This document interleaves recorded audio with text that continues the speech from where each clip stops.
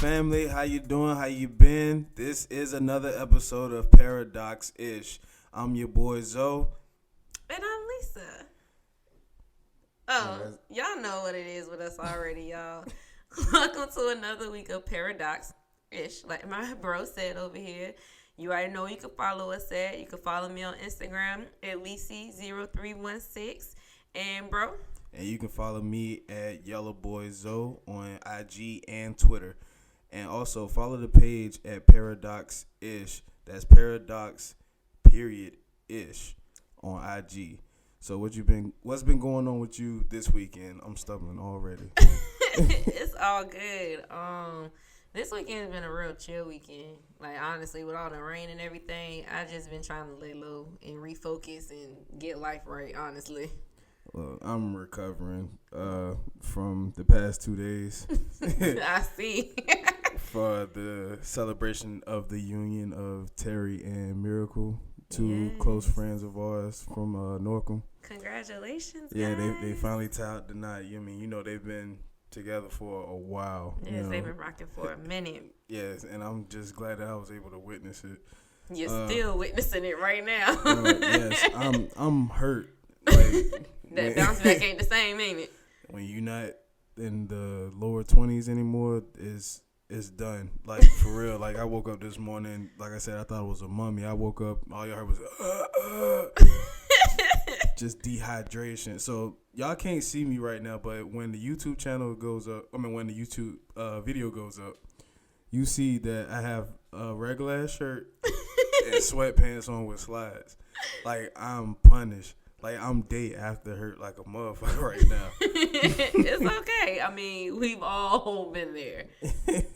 At least you ain't in here with sunglasses on. I was damn near close. I mean, of course, with the light, it wouldn't help. It would have been a mute point. But yeah, that's pretty much been my weekend, and sorry for being late, too. It's all good. But you know it's real when production beats you here. That sounds like a shot. We're going to talk about that afterwards. We're not going to discuss our business on camera.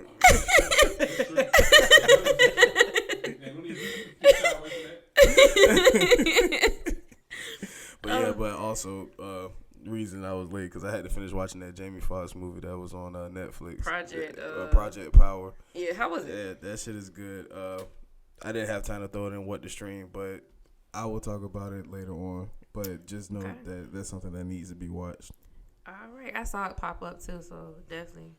So let's get into, our normal spiel. All right. So let's start with this question of the week. And I actually got it from you, so I'm going to let you introduce your question. Okay, so we both seen this on Facebook or Instagram. It was a post basically saying, geared towards the ladies. It was saying, ladies, you meet a man who's visually attractive, financially stable, and has emotional intelligence. He asks to take you out to eat and gives you an address for you to show up. But when you walk in, you realize it's a cereal bar. What's your next move? I'm staying. And that's weird for me to say because... Bro, don't waste that man's time. You don't even eat cereal. Like I don't like cereal. You don't count. No, but it's not that I don't like cereal. It's the fact that I ate it too much as a kid. Like, and then on top of that, I got texture issues, and I eat too slow to be eating cereal because my cereal gets soggy and the whole bowl got to go. Well, you need to start getting the shits that they used to give us in school. Then right, them J's ain't never get soggy. Get you a little milk, open up that little plastic container, and go. And go for. Hey, that used to be the only cereal that I could finish too. Like I know you child-proof eating cereal ass.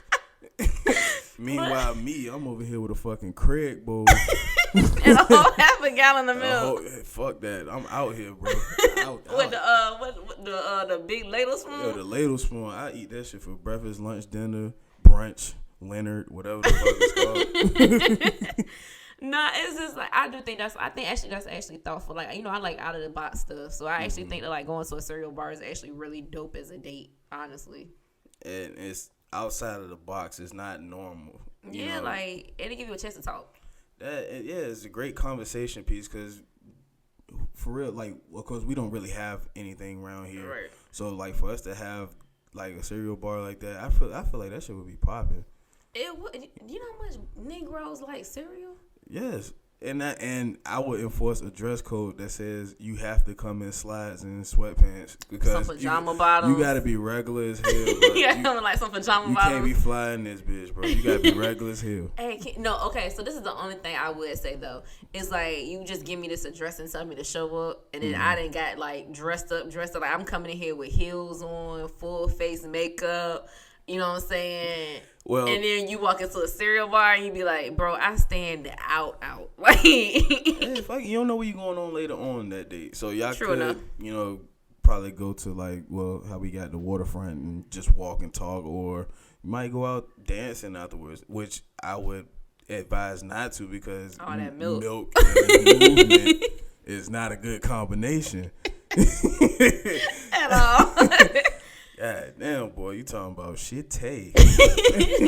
But no, I think that would be really dope. I think that, you know, it's just something different. It's something different outside of a movie and dinner. Like, you go to, the point of going on a date is to get to know somebody. And I feel like the average date, you're really not getting to know somebody because it's very limited time to talk. Like if you go to a movie or you go to a concert or something like that, like you're not really getting to know the person. Got you. And like I said, it's outside of the box. Usually, like you said, movie, dinner. If you smart, you would do movie then a dinner, because if you go to dinner then a movie and you don't have anything to talk about, y'all pretty much just gonna be standing there looking at each other and just being awkward as fuck. Right. Get it out of the way. But yeah, I would definitely, if I were single, I would take, you know, but somebody out on a date. Because married people go on dates. That'd be and I know for a fact your wife would love going to a cereal bar. Yeah, we go on date night, but I don't think she would love going to a cereal bar. She's not really like big into cereal like how I am, but she would do it because it's me. Right. That's different. But yeah. Date nights are different when you're married. But as far as like what we're talking about, you meeting somebody new, right? Then, you know, I would definitely do that shit. I would definitely be like, yo, hey, let's go get some Rice Krispie treats or something. At least let me get some Captain Crunch, bro. Nah, you trying to fuck your mouth up. Hell nah. Y'all can have that shit. Unless it's oops all berries, I'm not fucking with no Captain Crunch. Man, want me to tell you what's crazy? What's that? Captain Crunch Berries is like the only cereal I will eat. That and some fruit. I will fuck up some Fruit Loops and some Honey Nut Cheerios and some Captain Crunch. See, you got enough of a list to go, but I don't eat cereal because you saying that shit like it's oodle noodles and bologna. I don't eat neither one of those things either. Yeah. Didn't go back to getting your black card revoked. Nigga don't eat the fried bologna with the red ring around the shit. Never did. Never. I would. I'll be hungry first. Be hungry too, because you know you can't go back in the kitchen. Yeah. You go to sleep hungry. And guess who would be completely content with it? I go get a little bowl of cereal from school the next day. CPS would have came to your fucking house. Why you so excited for this damn cereal? Or like many people in my life know, I am a cereal connoisseur. And you will try some new cereal. Hell yeah. The best new cereal I ever had was that fucking strawberry shortcake Captain Crunch. Look, hey, I can't say shit to you anyway because you barely eat shit. No lies. You don't have to worry about saying what you don't eat. You have to worry about saying what you do eat. And that says something. Don't do me. That list is not that extensive. Shit. That list is not that long. Don't do that.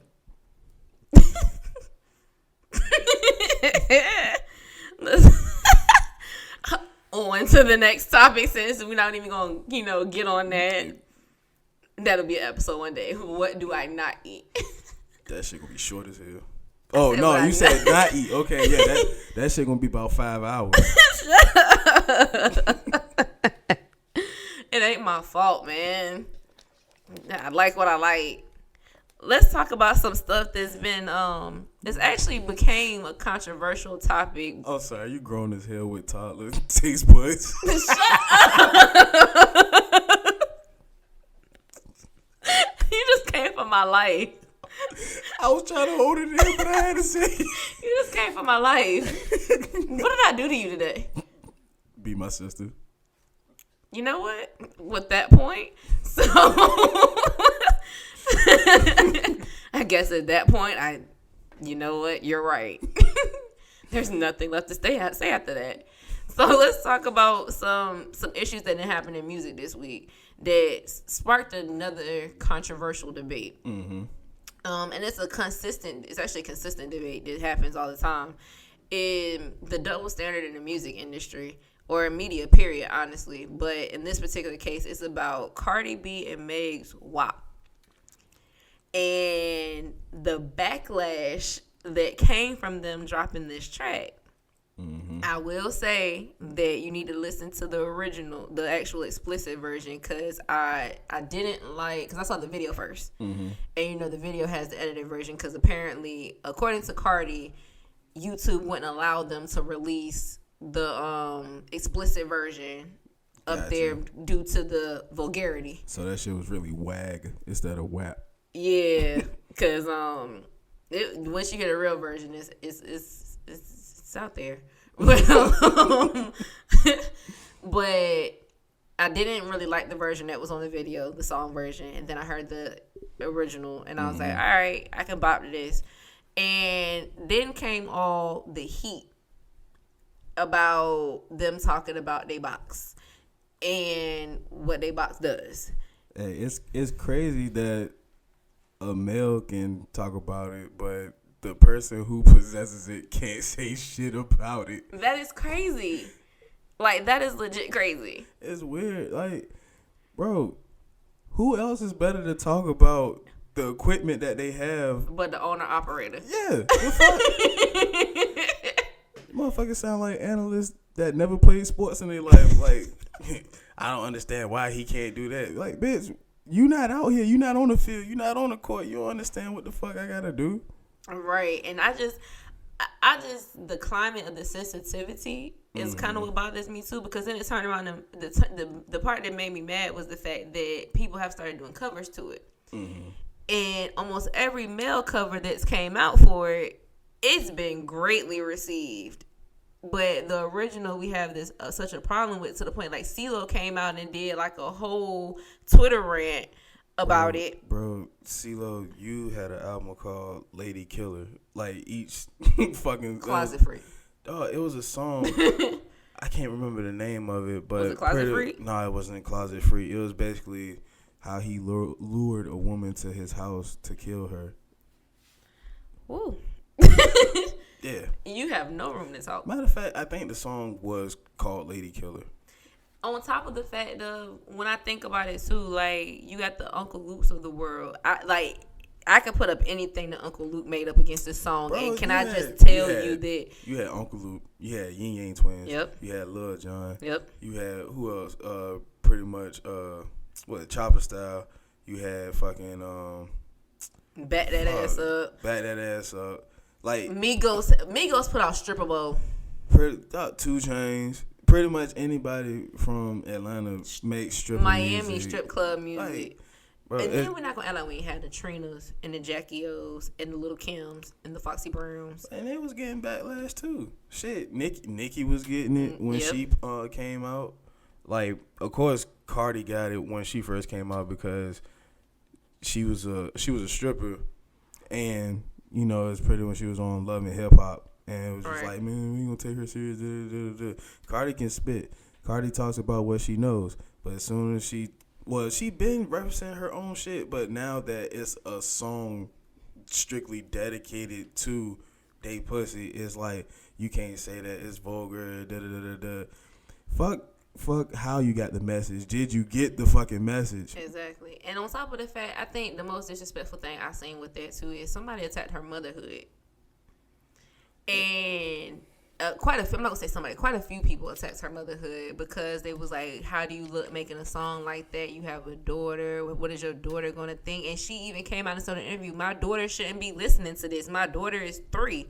And that's a very true point. And I mean, it's like I said, it's okay for a man to make a song like this, and it's strip club music, and you go dance to it. It's okay for you to freak on your girl to the music, but then when a female makes it, all of a sudden it's a problem and it's all these other issues. And I ain't with it. And another thing I noticed was how, like, some males who have daughters were pretty much like they're end up their role model. Like, they're gonna end up being their role models, and they're gonna end up being just like Cardi and Meg and stuff like that. But I'm sitting here thinking, like, if you're the father, you should be the role model. I mean, as long as you teach them what to do, what not to do, that's all you can do, and just let life, like, just let it be in their hands. Because at the end of the day, they're still gonna end up being an individual. They gotta learn something. But what I'm saying is, just make sure you teach the lessons that you're supposed to teach your young lady. Show the mom how a woman's supposed to be treated, and more than likely, it's what you're fearing is not going to happen. Exactly. And then on the sense of like that, just role model tip anyway, is it's what you expose your kid to. If you allow them at 8, 9 to be out here bent over, twerking to some songs, listening to explicit songs, then guess what you're going to get back? You're going to get back everything that you're saying. There's no reason why anybody under the age of, realistically, I'm going to say 14. Mm-hmm. But in all honesty, it's grown, should be listening to that anyway, or at least the explicit version anyway, or the song period, because it's not meant for a kid. And then even when you watch the video, she empowered a lot of females. She put a lot of females in that video, mm-hmm. to give them that light and that shine. Normani, Ruby, I'm about to say her name wrong. Ruby somebody, I can't think of her last name. Mulatto, Sukihana, Kylie Jenner was in there. Like, she put a lot of people in there, but mm-hmm. in almost a lot of the females minus Kylie were musical artists. Mm-hmm. So the whole point was that they made a song that was just talking about who they were and what they had. Mm-hmm. If a dude came out talking about his pole, was anybody gonna say anything? No. But I want to say this also. We should not put entertainers as role models. Right.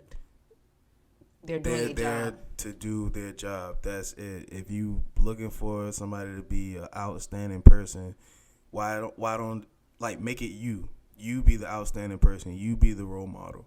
And if you feel that it's too much of a challenge, then shut the fuck up. That's that part, and definitely that part, because and I think that's the argument that I've had with a lot of people too, is mm-hmm. this is her persona. That's what it is. It's her persona.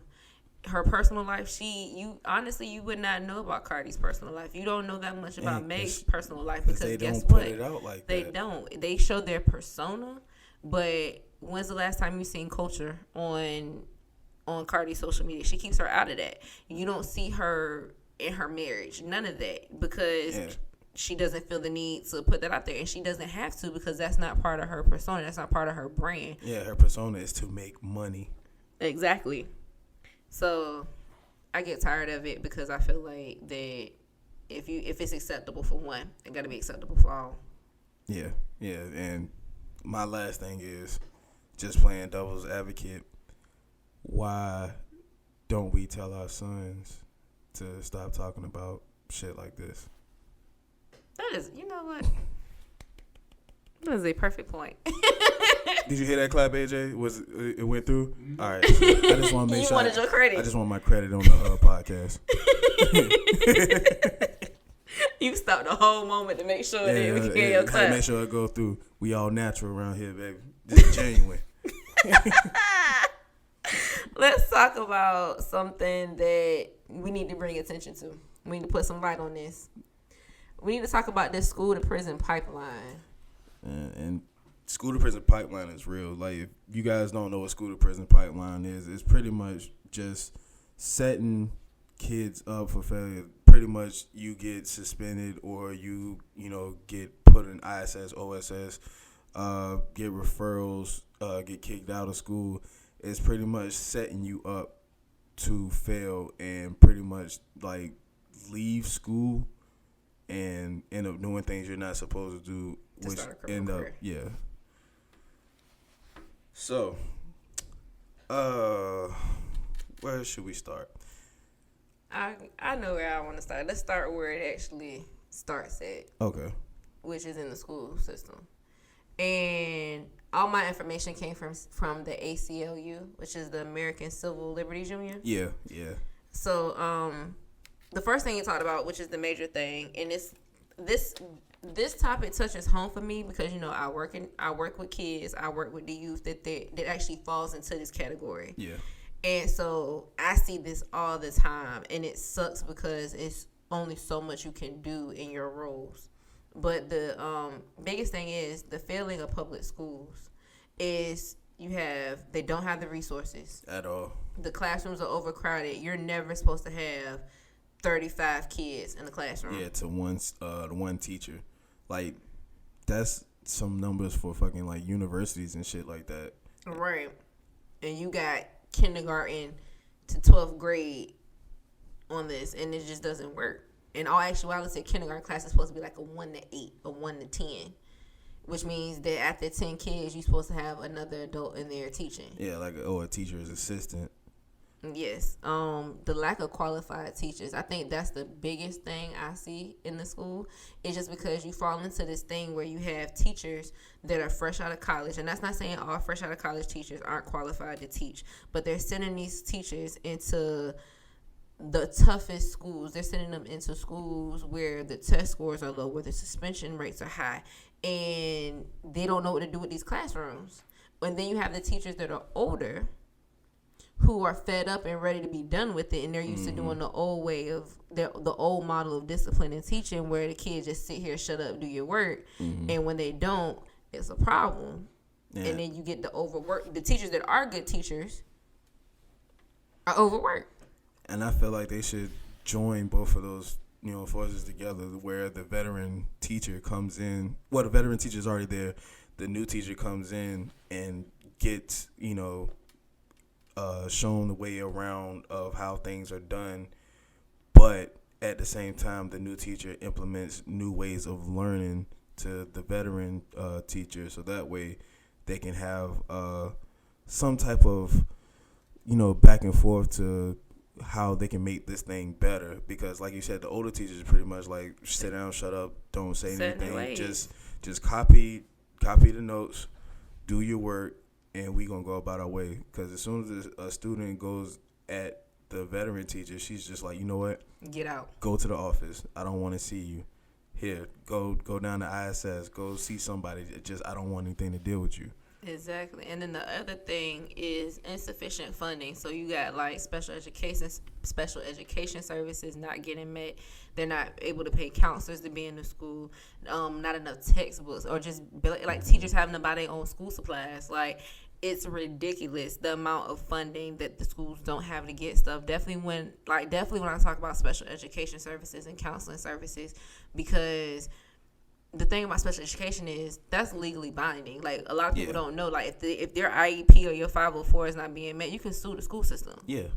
And a lot of times they're not being met. Like, definitely with the virus going on, I know several people I gotta have conversations with because they haven't talked to their SPED counselor since the beginning of Corona. And that's not cool, because they're doing virtual learning at home, but they still have to keep in contact with them. Sometimes I feel like, because like my mom, she's in the special education field. Mm-hmm.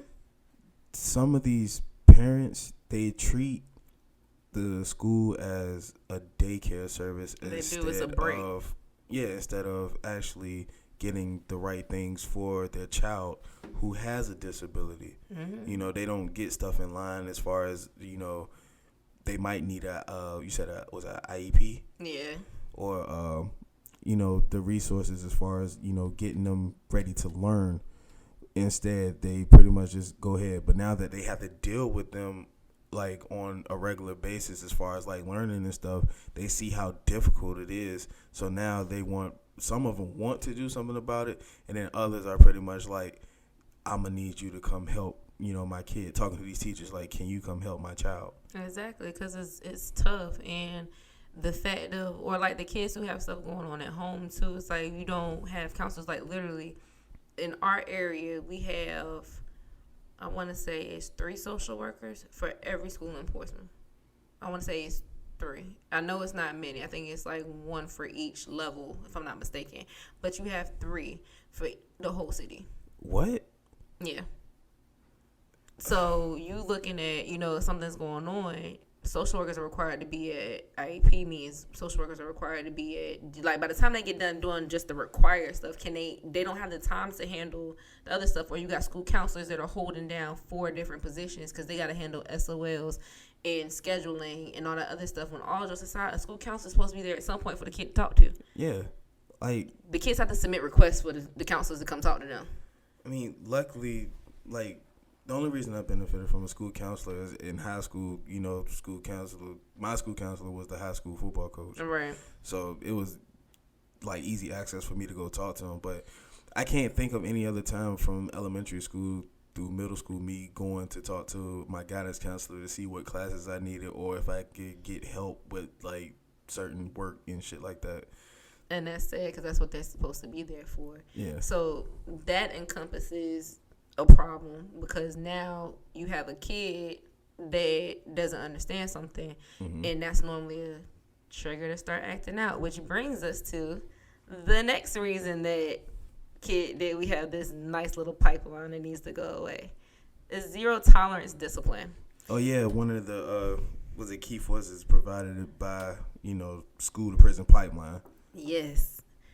So the information I got was that those suspended are more than likely unsupervised at home, and they end up in more trouble due to the lack of supervision, which then leads them to court involvement. One statistic I found was that in 2006 to 2007, in the great state of New York, 51% of students suspended for using profanity were black. And black students are 3 times more likely to be suspended than white students. Out of school suspensions has increased by 10% since the 2000s. And white students are disciplined for provable offenses like smoking, vandalism, cursing, while black students are disciplined for subjective reasons like disrespect. So perceived disrespect. Yeah. And I pretty much got the same information, so it's just like, fuck, I can't really say too much because you didn't already. My bad. You didn't hit everything. My bad. I told you this one I got to digging on this one because it's what I see so much of, and just like the patience, like even and sometimes I don't even think that it's on purpose. It's just so natural. It's like you get so frustrated with dealing with certain things, and you get frustrated with dealing with the same behaviors over and over. And I think that we've gotten to a point in the school system where instead of trying to figure out the root of it, if it's recurring, that means that a need's not being met. Yeah. Instead of figuring out what the need is, we just trying to get you to act right. Not realizing that if we figure out what the need that's not being met is, we can solve a lot of this. Sometimes it has nothing to do with school. Sometimes it has everything to do with what's going on at home.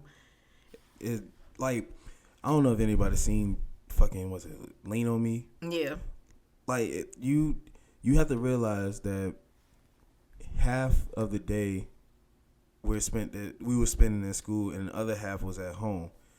When you're at home, you're trying to accomplish the things that you had to do from school, whether it be homework or a project.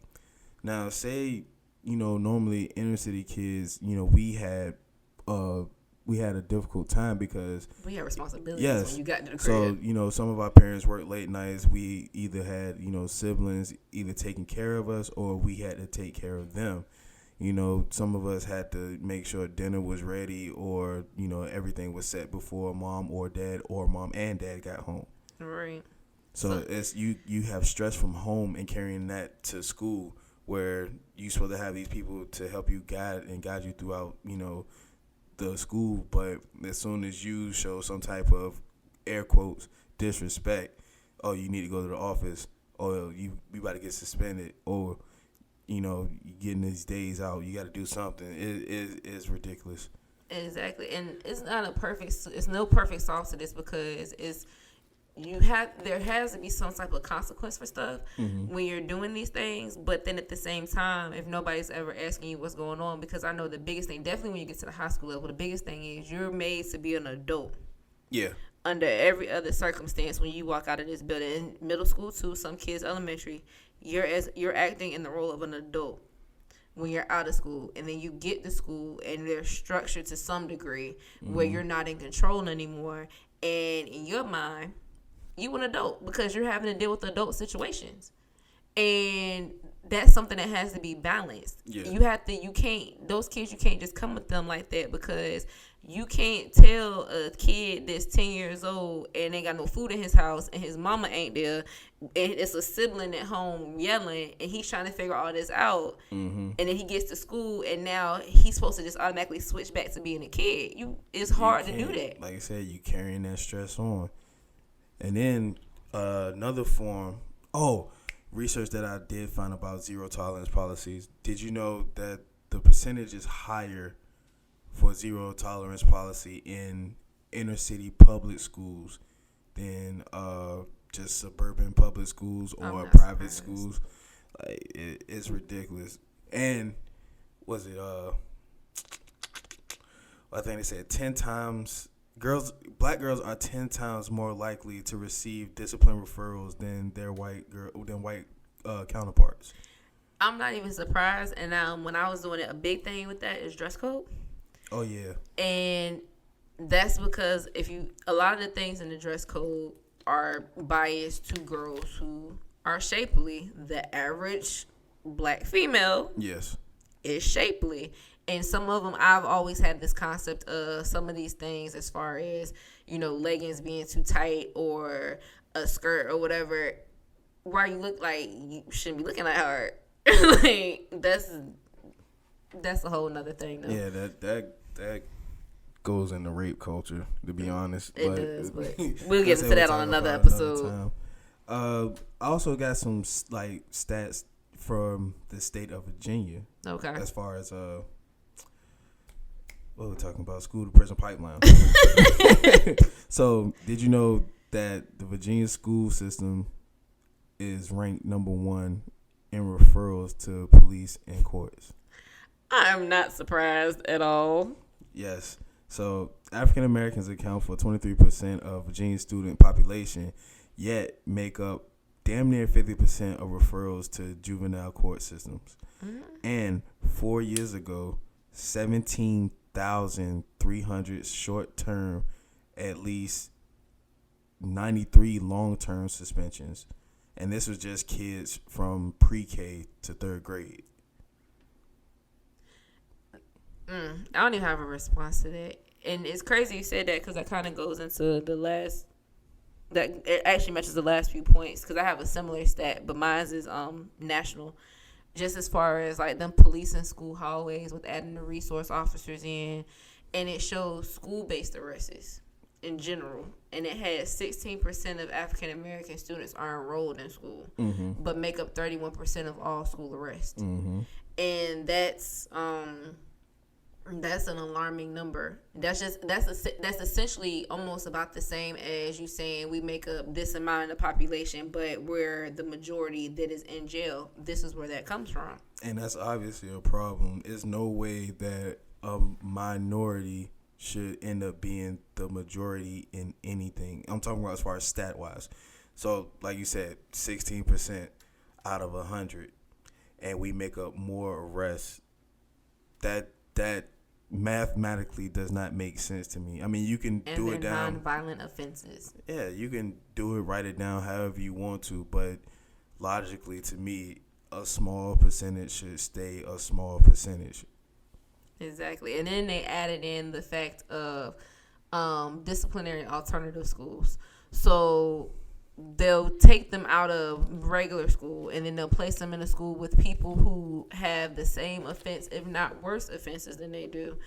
And they're all housed together. And the biggest problem with that is, one, it's your first introduction, and two, a damaging system, because there's nothing therapeutic about being in an alternative school. You're not really getting help, and that's the other part they're saying is it fails to provide meaningful education. That is damn near the next step to juvie. It is. It's actually pretty much the step before juvie, honestly, because if you can't function in a school environment, that's your society at that age is a school environment. Yeah. That's your work environment. That's your social environment.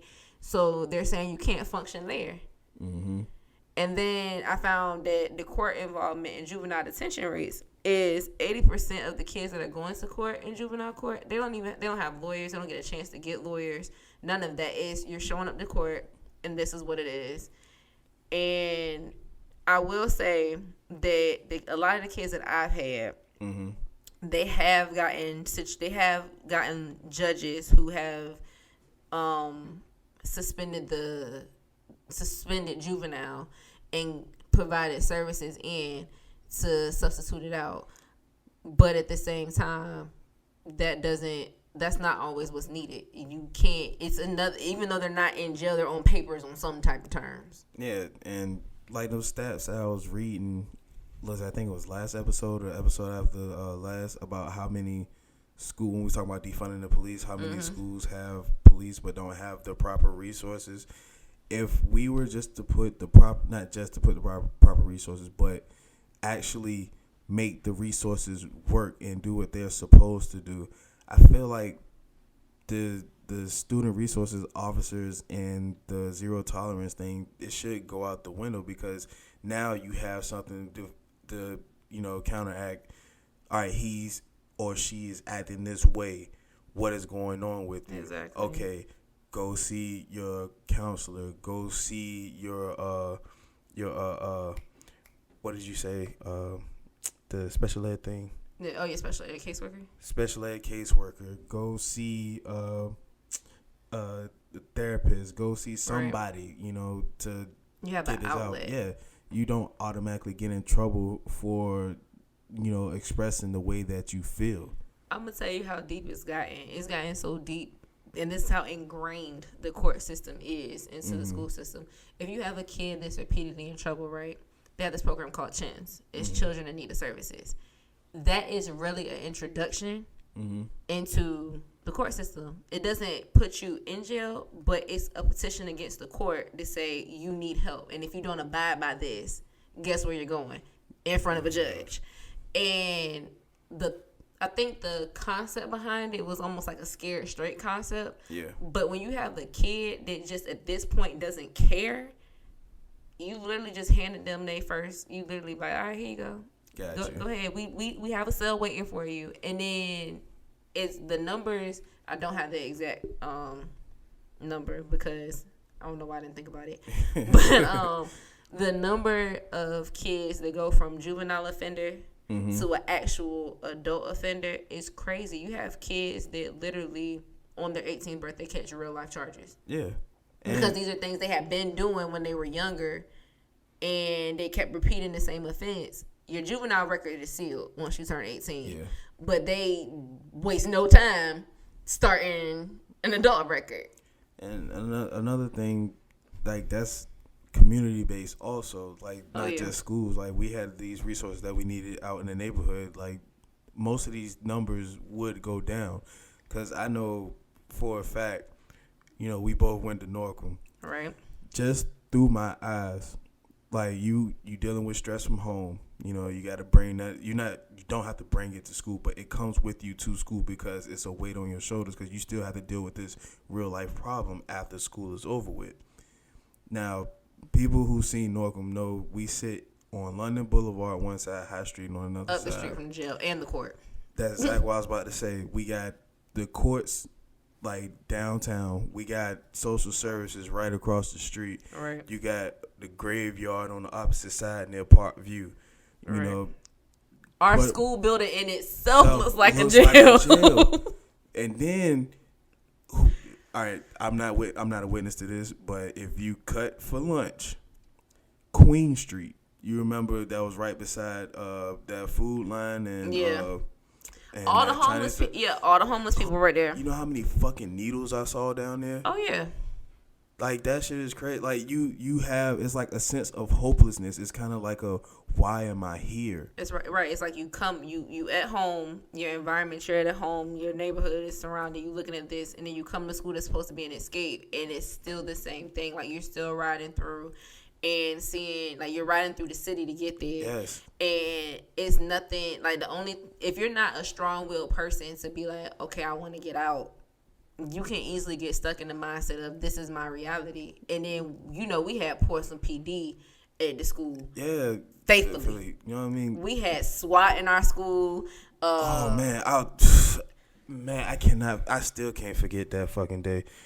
I was late for work that A whole bunch of people was late for work that day. But yeah, like the dogs in there, the drugs and full body gear, like with the dogs in the hallway, like, don't go nowhere. You like from the classroom to the steps to out the door, straight. And that's it.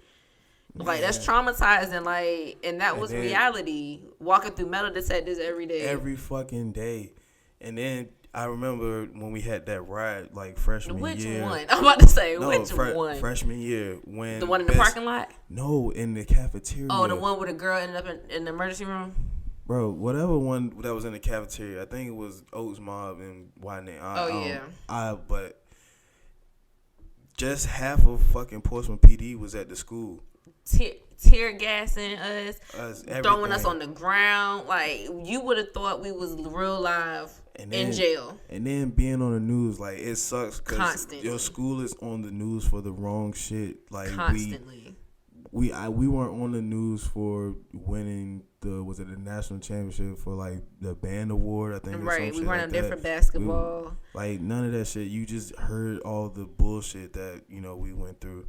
And it's crazy because that wasn't the day-to-day that we lived. Like, don't get me wrong. Like, we had our days in school where it was crazy, but that wasn't what it was like. We actually had a lot of pride inside of that building. Exactly. Like, you get all this, all this hoopla about what the fuck went on in Norcom gave us a bad reputation. Norcom was a great school. But you know what I find? I kind of find that across the board, like with our inner city schools, it's like the only time you see any inner city school on the news is when they're talking about, one of the kids from the school got shot, one of the kids from the school got arrested, a teacher did this. It's never the positive that's coming out of school. Like, we have a whole student that went to Norcom that's in the NBA. Yeah. Comes back all the time and does amazing stuff for his community. But it's still, you only see the stuff that happens that's negative. And I feel like that's not a fair narrative that's painted because there's a lot of stuff happening at the private schools, but they keep it private.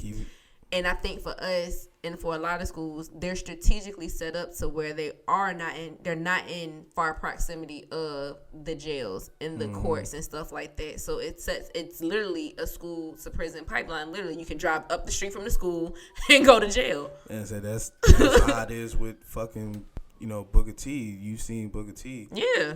They not that far from downtown Norfolk. Like, that shit is a straight shot. Maury's not that far off. None of the schools are really that far off from a police precinct. Like, it's craziness to think that that's the case. That you can literally take a straight shot to the school. Even elementary schools some of them are strategically placed the same way. And it's literally setting these kids up for failure before they even begin. Like, can you imagine being police? And definitely when you're taught as a kid or as a black kid, the consciousness that you have to have around the police. So you have this stigma of the police anyway because you're taught from a young age how dangerous the police can be because of what you look like. For you to walk into school every day and see a police officer. And not even just that, just the talk that you normally gotta have. Well, I know as far as like being a black male, the talk that I had to have, pretty much, don't wear this certain amount of clothes, don't portray yourself in this image, don't do this, don't do that. It's just like all these rules, and then like you said, going to school where you're supposed to be free. Like, this is how you're supposed to be. You're supposed to be relaxed. You're supposed to be, able to go through your day to day. But you constantly seeing this person patrolling the halls, kind of like a CO, and you just sitting there like, man, I gotta find some way to escape. Exactly. And Lean On Me is, like you said, is a perfect example because then you turn around and you get like the Joe Clarks. And that's how they're running their school, and it literally sets you up. So it's a real thing. To close this segment out, it's a real thing that we have to make ourselves conscious of, so we can figure out how to reform it and how to make it better. Because essentially, it's going to take community to make these schools better. Yeah, and more more than likely, we're actually going to have to put this thing in motion instead of just talking about it. So if anybody feels a certain type of way about it, you can hit us on the inbox and just let us know, if you want to do anything about it. Exactly. And we'll drop our podcast email as well, because you can always send stuff there so that you can help us help our youth, because they're coming up after us, so we have to set an example and give them something to come up to. Yeah, and have something worthwhile, because we already been through it. There's no point of us putting them in the cycle. Like they said, the definition of insanity is doing the same thing and expecting a different result. So let's do something different so we can have a different result. You are on it today. Like, yeah, big ups, bro. UP New University. No. So let's get into this Black History Corps. Let's talk. Now that we've talked about some ways that they tried to keep us down, let's talk about some ways that we have figured out to uplift ourselves. So, August 13th, 1881, the first African American nursing, I got it that time, nursing school opened at Spelman College. So, big ups to Spelman. And let's talk about a Founders Day. Let's talk about August 14th, 1876, Prairie View State University was founded. So, big ups to Prairie View. They've been around for quite some time now. Well, they're A&M, ain't they? Prairie View A&M. In Texas? Yeah. Yeah, it's A&M. Well, guess what? They originally started as Prairie View State. Okay. Okay? Okay. Thank you You're for the welcome. back up to speed, but that's not how they started. Remember how y'all started, so.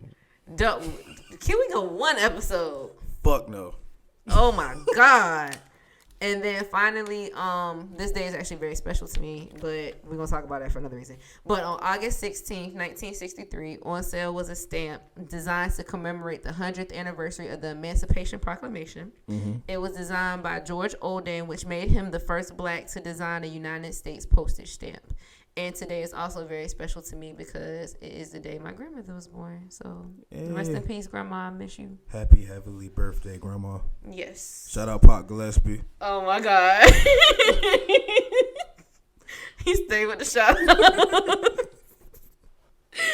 Oh, let's highlight some businesses, shall we? All right, go ahead and do your thing. So there is this nice little publishing company.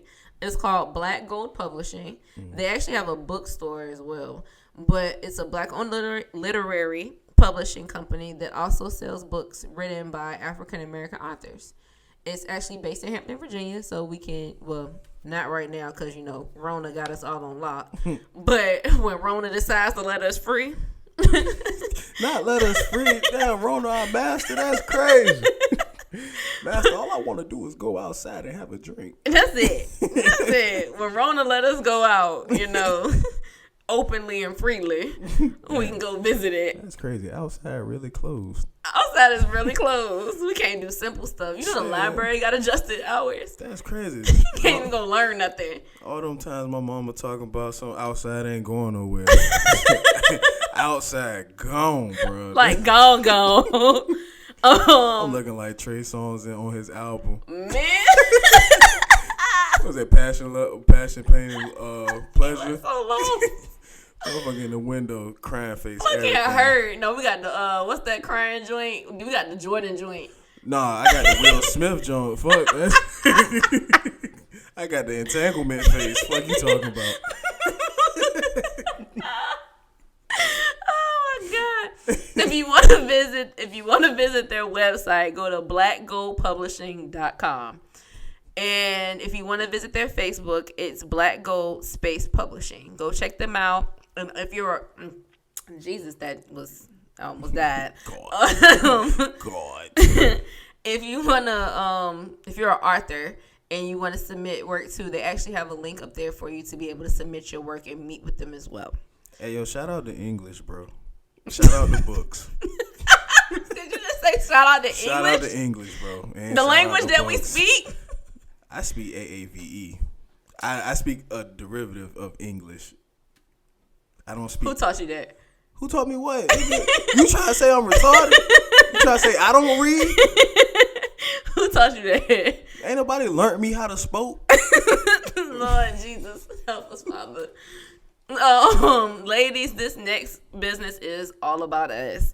It's called the Honey Pot. And it's feminine products that are natural, that range from bath bombs, sprays, washes, sanitation products. I'm trying to say this in a nice way because my brother's sitting here being so petty and childish right now looking at me. I'm going to wait till you finish to say what I want to say. You so rude. Okay. But it's all meant for us and making sure that our WAP is right. Oh, I was right. You got the little steam and shit. You got to put your coochie over. No, not that one. Oh, the Kegels? No. Oh my God. He's so petty. But it's just natural washes to make sure that your pH stay right, so you know you right down there. Yeah, but, ain't no more putting vinegar in the bath water. Bro, who is doing this? Visit the website at thehoneypot.co, not com, co. Thehoneypot.co. And the Instagram page is thehoneypotco. So go check them out and make sure your WAP is right. Anything else, Patty, you would like to say? Hey, if Winnie the Pooh Bear not eat from there, they don't want it. No. Oh my God. So go to thehoneypot.co. And I knew you didn't look at this before. I did. Because you was way too calm when I went to say it. I was just like, oh, I know what she talking about. Let's get into these streams. I'm going to let you go first. And don't talk. Keep it to what it is. Okay. I'm going to be professional with this one, okay? So last week, I said that one of my old professors, Zoe Spencer, Dr. Zoe Spencer, she Put some respect on her name. Yes, please. She received her Emmy for Say Her Name, which is a spoken word. It is now up on YouTube, so you can go see it. So on that note, I'm going to pass it off to you, and I'm going to say, Hail State, Virginia State, all day Trojans. Let's go, baby. So childish and petty. And you Big already state. know. Behold, Big state. the green Big state. and gold. I ain't doing this with you. Anyway, let's talk. Since we talked about the school to prison pipeline so much, I actually have 2 documentaries that are amazing to watch. One is called Paper City, and you can stream it on papercitymovie.com. So I suggest you go check it out. And the other one is called Notes from the Field, and it's on HBO. So go check out both if you want to get some more information and actually see some different things that could possibly help your community. And as always, like I said, email us, DM us. Just if you want to DM me on my personal page, whatever. If you got any ideas, this is something that's personal to me. So I'm all for any ideas and suggestions on how to get stuff started and change. Yeah, you can also DM us on our Paradoxes IG page too. So, you know, like we said earlier, you got any ideas, anything, hit us up. Yes, so that's our streaming site. The streaming stuff. Do you got HBO Max yet? Yes, I do. Yo, how is it before I get it? It's worth it. Okay, because I need to. Matter of fact, their documentary list is lit. Matter of fact, I get it from you after the show. Okay. Because I got some stuff I need to watch. I bet. Always. So let's get into. I need to stop saying our favorite parts because I feel like every section that we have is kind of like stuff that we've handpicked because we love it so much. Allegedly picked by ourselves.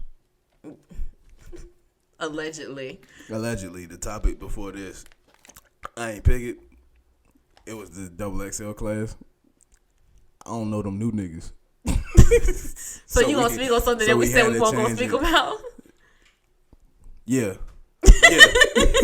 I couldn't even make on no bullshit. Yeah. So we said we weren't gonna speak about it, but we gotta speak about it. Shout out Jack Harlow though. Big facts. And Ride Wave and all them. R.I.P. Pop Smoke, since he was supposed to be on the cover as well. So I'm gonna open up the music section with this Dave East Karma 3 that dropped on Friday. I love Dave East, so I had it in my pre-download. So as soon as I woke up, it was there. I bopped that on my way to work, and I listened to it the whole way through. So, my ADD self, if I literally sat there and listened to something the whole way through, it's good. It's good. That shit kept your attention that long. Yeah, it kept my attention the whole time.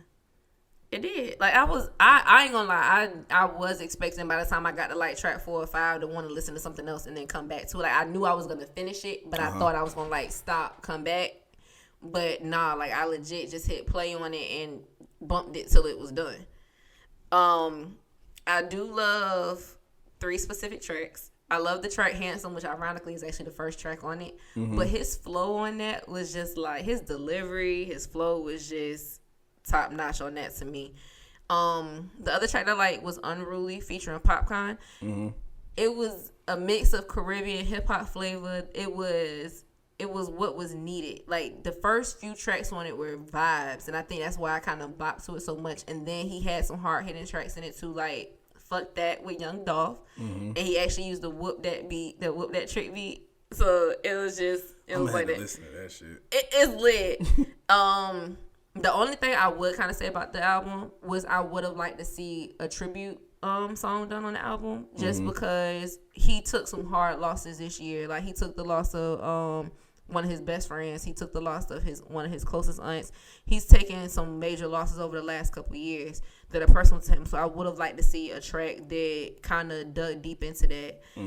Other than that, the features on it was bomb. I think they were well chosen, and I just think that he adds true rap back into hip hop. Got you. Well, for my pick, I decided to go with a game, because a lot of us fellas and a few amount of ladies that do play this game will be coming out on the 28th. I'm ready for it too. It's Madden 21. So I'm ready for it. Madden released their track list on the 14th. So this year they're going to have 30 plus songs featuring artists like Anderson .Paak, Rick Ross, Big Crit, Earth Gang, Loot, and Des Curry, and so on and so forth. Let me find out Madden trying to be woke. Not really woke, because majority of the songs still sound more like, football songs. Of course, they got the new artists that they're trying to put on like how they usually do. But I actually got a couple that I listen to and I really like. It's this one called Cut 'Em In by Anderson .Paak featuring Rick Ross. I feel like that's gonna be the main banger on the track. I mean on the game. Then they got another one called Top by HD Ben Dope. I've never heard of him before.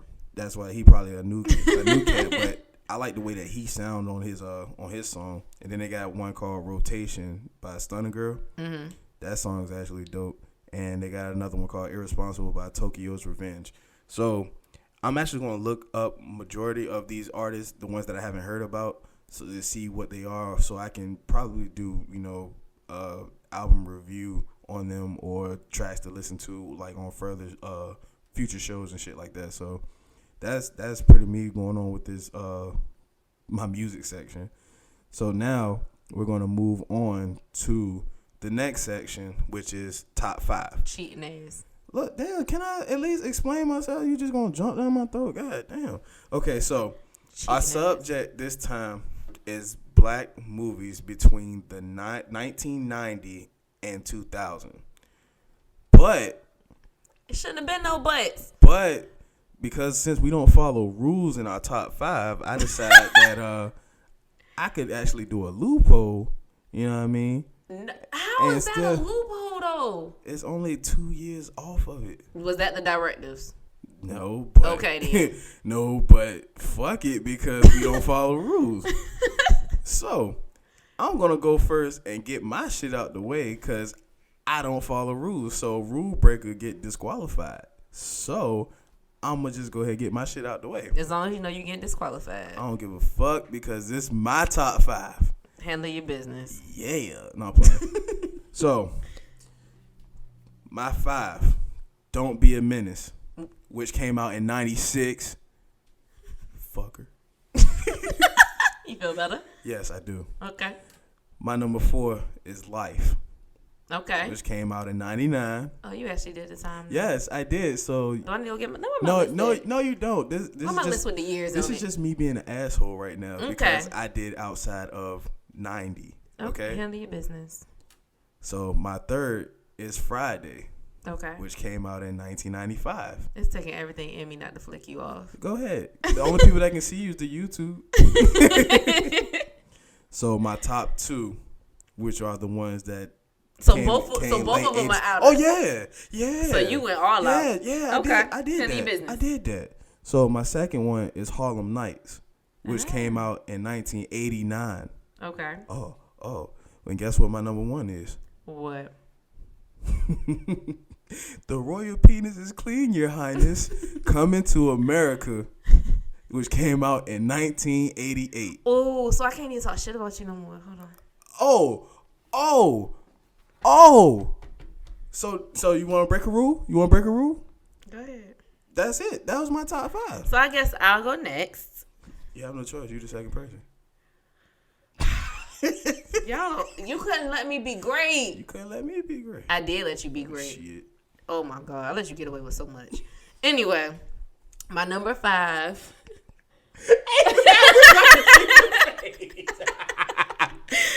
I wish we had a spotlight on production in that one moment. We need a GoPro on AJ. Yes, because AJ's facial expression. And just put his facial expression in the corner of each episode. Yes, AJ be sick of us, dog. So my number 5 is A Low Down Dirty Shame. Oh man, Keenan Ivory Wayans. Yes. My number 4 is Sister Act 2. I need Lauren singing that joyful, you know. Okay. My number 3 is Crooklyn.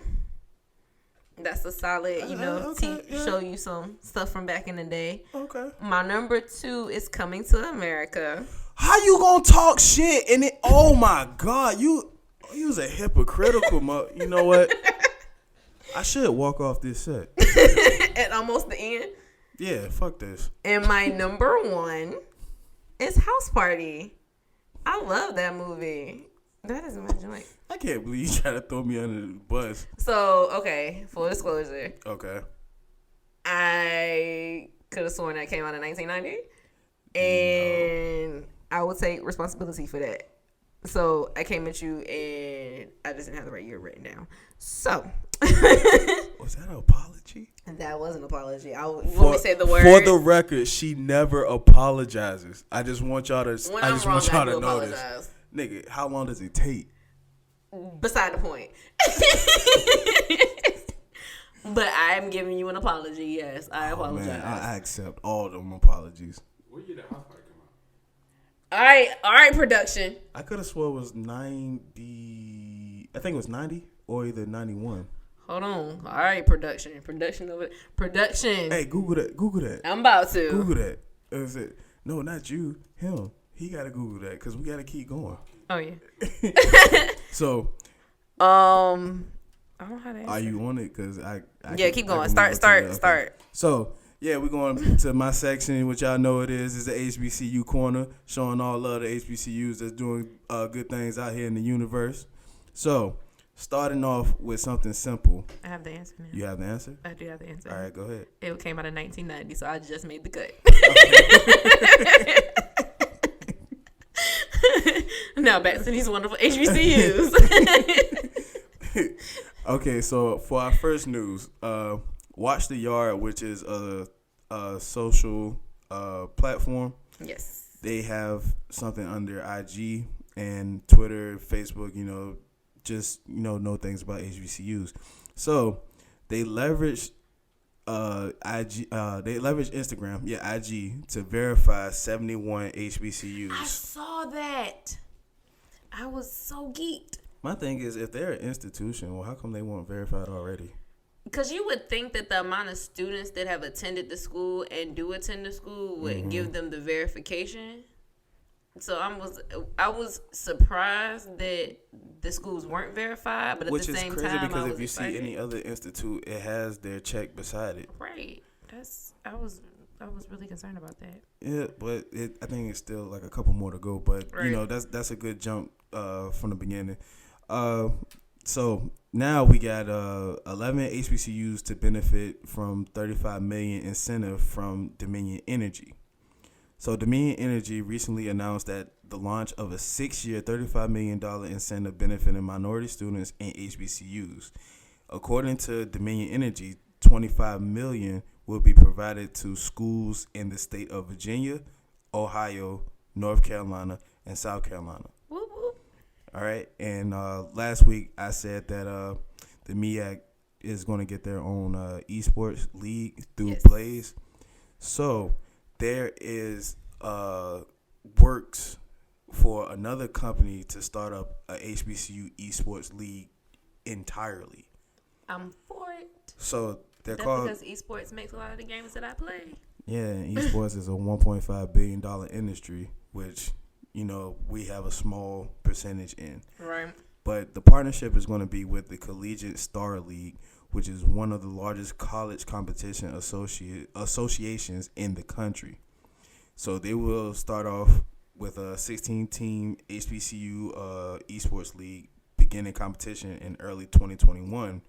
But they will have 2 tournaments coming up, which is one in September to be basically the inaugural academic school year. Mm-hmm. And I think they said October, which is supposed to be like homecoming events, but because homecoming is not happening, it's more so going to be at home type thing. Right. So I have a question. Are they establishing this like they're establishing like football and basketball? Are they like creating it as it's like a almost like a sport? Yes. What they're going to do is pretty much create go to those 16 schools, create teams, create competition, and then the Collegiate Star pretty much is going to be similar to like March Madness. Okay. So, like, if your school is good, you get a high seed. If your school is okay, you get middle the road seed. And if your team skated in, you get lower seeds. I think that's dope. I think that also creates scholarship opportunities for kids. Yes. And it gives them a chance to it gives the parents who have those kids that game all day a chance to be like, okay, we can kind of make something of this.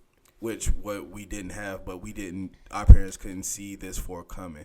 And also this helps trickle down to high schools. Right. So like black inner city high schools, you know, because we know kids playing, you know, 2K, Madden, 2K, Fortnite, and all this stuff. Ooh, so they can hone this stuff and actually, you know, use it for positivity. For not even just positivity, but beneficial. Exactly. You can make money off of it. Right, I've talked to quite a few of the kids that I've had that have been like middle school aged, and they've actually been intrigued with how the intricacies of the game. Like, oh yeah, they like playing it too, but they've actually gotten to a point where they want to be pro gamers and build games. So I think this is a great open door for that. Yeah, which also opens up a field for, you know, black coders, black game developers. It just puts us in the field more than what we are now. We need that exposure. Another HBC. Well, I guess this doesn't really fall on HBC. I don't know why I put it right there. I mean, you don't have to. I'll make it the positive shout out. Okay. Do you have any more HBCU news? No, that's it for the HBCU corner. Thank you for coming by. So I guess what I put in HBC, I think it's because I got it from HBCU Connect and I just associated it with HBCU news. But which go check out hbcuconnect.com. They got all news HBCU. NBA team owners are going to donate $300 million to Black empowerment. So what's set to happen is 30 teams are going to give $1 million a year over 10 years to different HBCUs. The HBCUs have not been the list hasn't been put out yet as far as who's going to get what. But hopefully it'll kind of divide up between all of them, so at some point everybody will benefit from it. Gotcha. But I think that's amazing because any money that's coming into HBCUs is amazing. I feel like when it's coming from a good place. I don't like to see money coming from those people with ulterior motives just because then they feel like you owe them something. Yeah. But when you have money coming that's just for the establishment of Black empowerment and just to show that pride, I'm all for it and I'm ready to see what it can do and how it can elevate. Also, NBA HBCU wise, shout out to Chris Paul because he's been wearing each sneaker for each game. He's had a different HBCU on his shoe. Yes, he's had, and then you know his before game outfits when he's coming to the stadium. He's had something too. the basically the book. Was it the bookstore paraphernalia? Yeah, the bookstore. That's exactly what it was. Exactly what it was. So big shout outs to him for doing that, because any shine on the HB, we need that shine on HBCUs. Definitely with, us not having fall sports, that's hitting a lot of people. So, we've reached that point where we've gone through everything that we have to talk about. All well that ends well. All good things must come to an end. But we'll be back is the great part. Always, you know what I mean? Shit, we come back around. Exactly. Like a boomerang in this bitch. Throw us out, we coming back. Always. You can't just get rid of us. We too fly for that. We don't die, we multiply. I do not think that applies. But, it happens. So, anything you want to leave the people with before I, end on my positive note? Oh, I want to say, congratulations to Bam on your second baby girl. Yes. Welcome, Madison. Yes, to Bam and Miss Bam, Bam's wife. Yes. What was it, like 3-4 days afterwards? He welcomed her, and I was like, oh, she's so pretty. Well, have you seen his statuses about the baby bombs he been getting? Yes, Lord. Maddie, go easy on your pops, bruh. So, yes, congratulations. And we can't wait to have you guys back so you can talk all about how Maddie has just turned your world around. I think she probably drunk some of your sweet tea. You just had to go there. Hey, in the words of Bam, I wasn't going to talk about your po-ass tea. I didn't even say nothing to make you bring up my po-ass tea. Oh, man. Don't worry about it. Everybody has an off day one day. All I can say is we'll see you next time. But before we go, I got to leave y'all with some positivity because I wouldn't be me if I didn't. So I actually live by this quote, and I love this quote. The most common way people give up power is by thinking they don't have any. And that's by Alice Walker. If you think you don't have a voice, you do. You just need to know how to use it. And that looks like many different things, from you speaking up for yourself, even from you just even from you just not doing anything. That's still you having power. Take your power back. Know you have power and exercise your power. And also protect your peace at the same time. Please protect your peace. It's all you have. So how we doing this? So long, farewell to you, my friends. So long, whatever. Goodbye. Until we meet again.